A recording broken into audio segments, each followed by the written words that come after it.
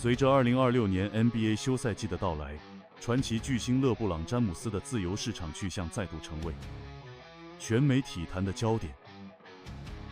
其经纪人里奇·保罗日前在节目中高调表态，强调詹姆斯的决定绝不会被任何人催促。这番话瞬间引发了篮球圈的轩然大波。美国各大主流媒体对此展开了针锋相对的辩论。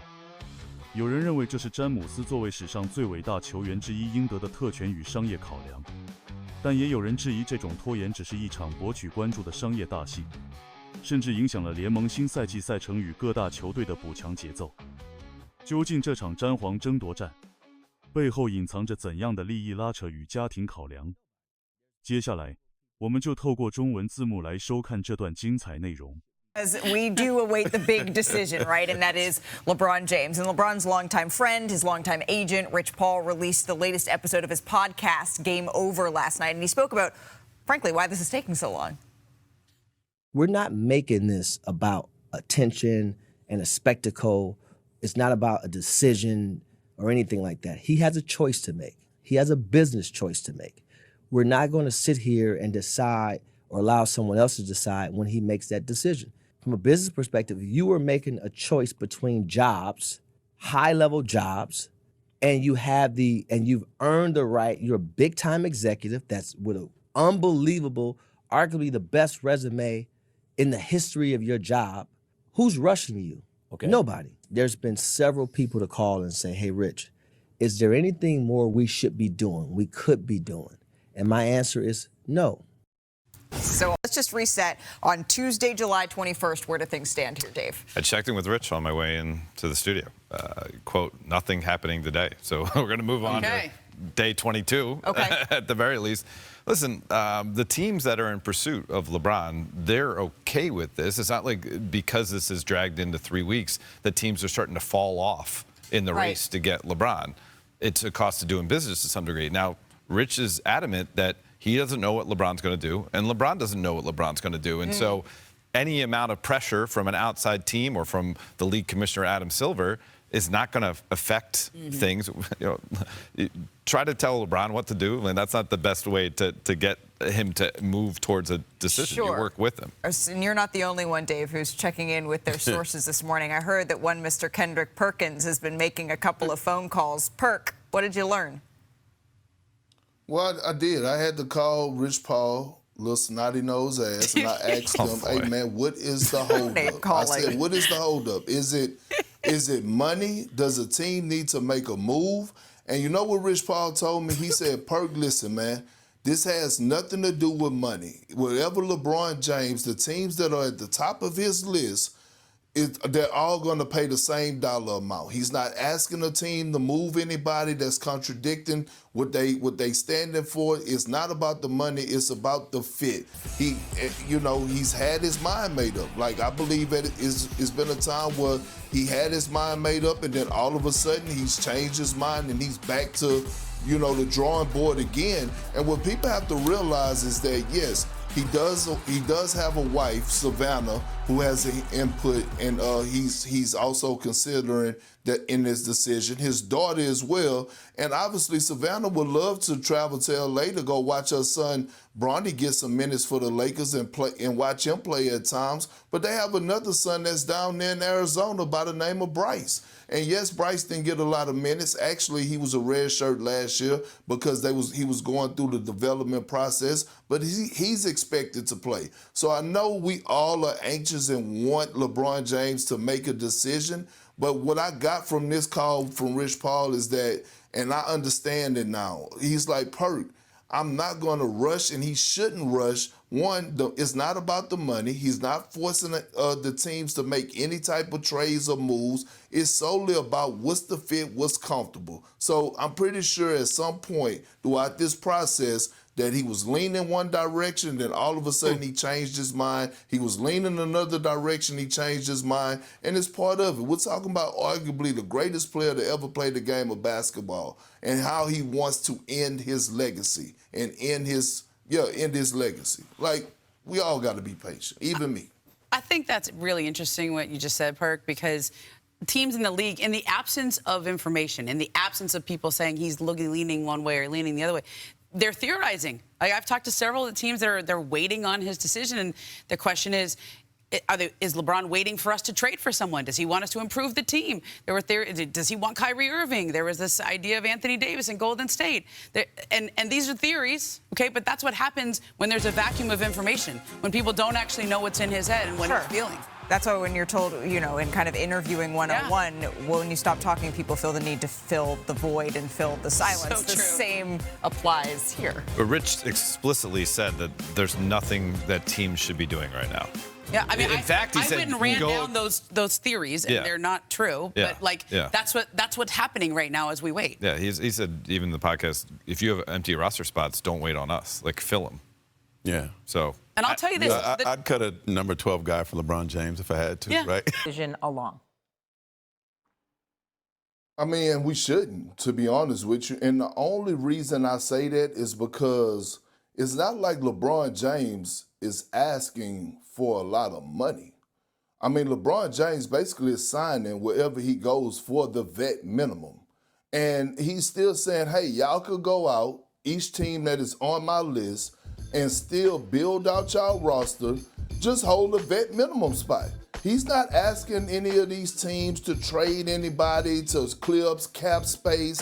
He's not asking any of these teams to make an available roster spot so that if he does sign, they could trade for Bronny. No, this is really coming down to how he wants to end his career, where he wants to end his career. He's involving his family, where he wants to live. Like, this is a big decision. If he was asking a lot from these organizations for as money-wise and putting a whole lot of a list of demands, then I would say he needs to hurry up. But the fact that he's saying, I'm going to take vet minimum to each one of these teams, just give me time, I think we all should be patient. And when he decides, he decides.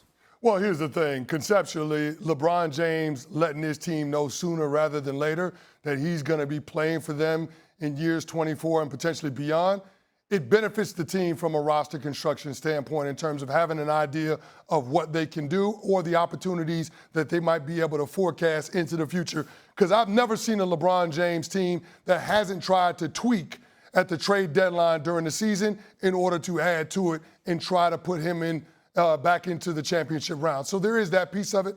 But I thought it was telling what Rich Paul talked about a little bit this week when he alluded to the fact that this is going to be a business decision. LeBron James has media platforms. He's got his own podcast. He's got the shop. And so when you start thinking about the business aspect of announcing where he is ultimately going to finish his career, this is something that he can monetize. And so if you're LeBron James, why give it away and why allow it to be drowned out when you had the Open Championship this past weekend, when you had the World Cup final on Sunday?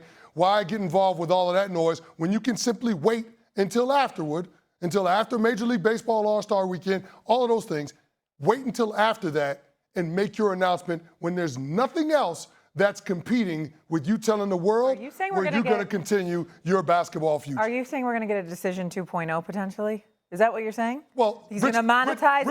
Rich Paul said he's not doing that. They're not waiting on the quote-unquote decision.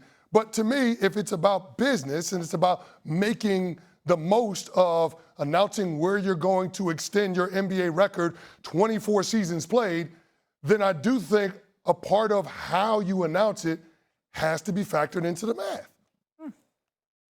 I think it's important that we recognize who we were listening to. Big Perk, we were listening to Rich Paul. You'll appreciate where I'm going with this. With that, brother, it's always important to pay attention to what he's not saying. Just as important as it is to pay attention to what he is saying. He's absolutely right. LeBron doesn't need to rush this decision. LeBron has earned the right. And not only that, he's a free agent. He's going to be playing for some of the men, probably around $6 million, wherever he goes, whatever the case may be.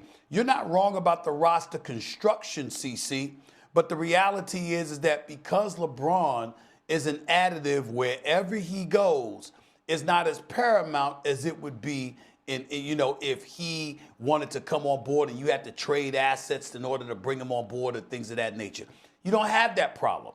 So because of that, it doesn't matter what situation, what system or whatever he's in, he's fine.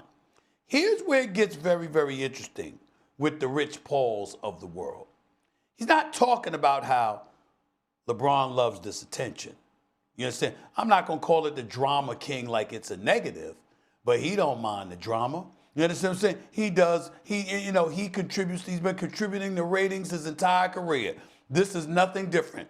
Keep on talking about me. Keep on giving me that attention. Let me put everybody on hold. Let me leave the basketball world transfixed. Of his cut.